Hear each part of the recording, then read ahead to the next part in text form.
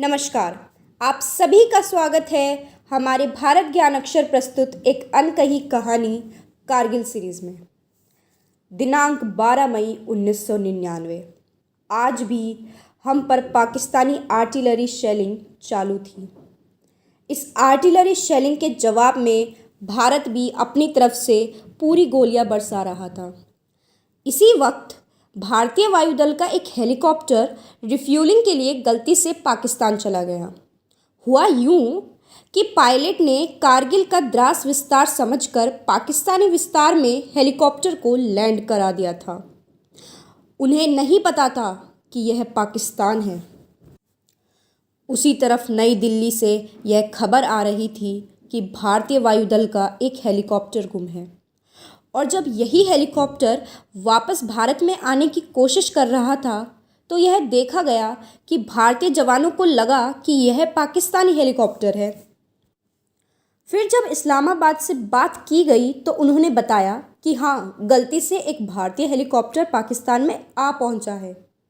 तब पाकिस्तानी सैनिकों ने रिफ्यूलिंग करके हेलीकॉप्टर को वापस भेज दिया। आज एक नई घटना बनी। भारतीय जवानों द्वारा घुसपैठियों को तोलोलिंग की चोटी पर देखा गया। हालांकि अघोषित युद्ध होने के कारण यह खबर आधिकारिक रूप से नहीं आई थी, पर इस घुसपैठ की जांच करने के लिए हमारे उस समय के रक्षा मंत्री जॉर्ज फर्नांडिस कुछ अफसरों के साथ मिलकर बटालिक सेक्टर जाने वाले थे। अब हम उस वीर जवान को याद करेंगे जिसने देश की रक्षा में अपना बलिदान दे दिया।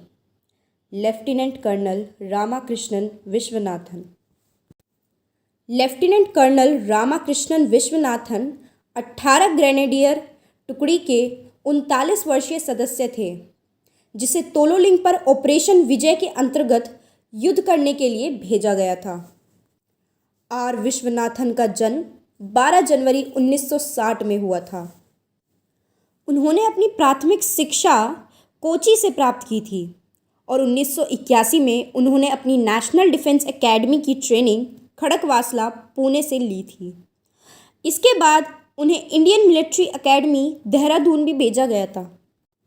2 जून की रात कर्नल विश्वनाथ ने तोलोलिंग चोटी को भारतीय आधिपत्य में करने की शुरुआत कर दी थी। घुसपैठियों और भारतीय सेना के 18 ग्रेनेडियर के बीच में घमासान गोलाबारी हो रही थी। इस गोलाबारी के बीच शहीद सैनिकों के शव को लाना बहुत ही मुश्किल था।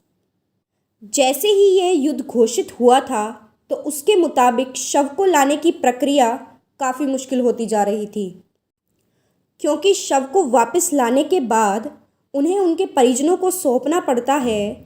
इस बीच 3 शहीद सैनिकों के शव लाने के लिए विश्वनाथ नीति सोच रहे थे। वे दबे पांव घुसपैठियों के पास पहुंचे और उनके 3 बंकरों को ग्रेनेडियर से उड़ा दिया। इसी दौरान उनकी जांघ में गोली लगी और इस कारण उनकी मृत्यु हो गई। कर्नल ने अपनी पत्नी को जो पत्र लिखा था, वह पत्र गोलियों से छलनी उनके शरीर के पॉकेट में से मिला। कर्नल ने पत्र तो लिखा, लेकिन युद्ध के दौरान उन्हें वह पोस्ट करने तक का समय भी नहीं मिला और वह पत्र शव के साथ ही उनके परिजनों को सौंपा गया था। और इस तरह वह अपना असामान्य शौर्य दिखाकर अपनी एक अविस्मरणीय याद छोड़ गए। धन्यवाद।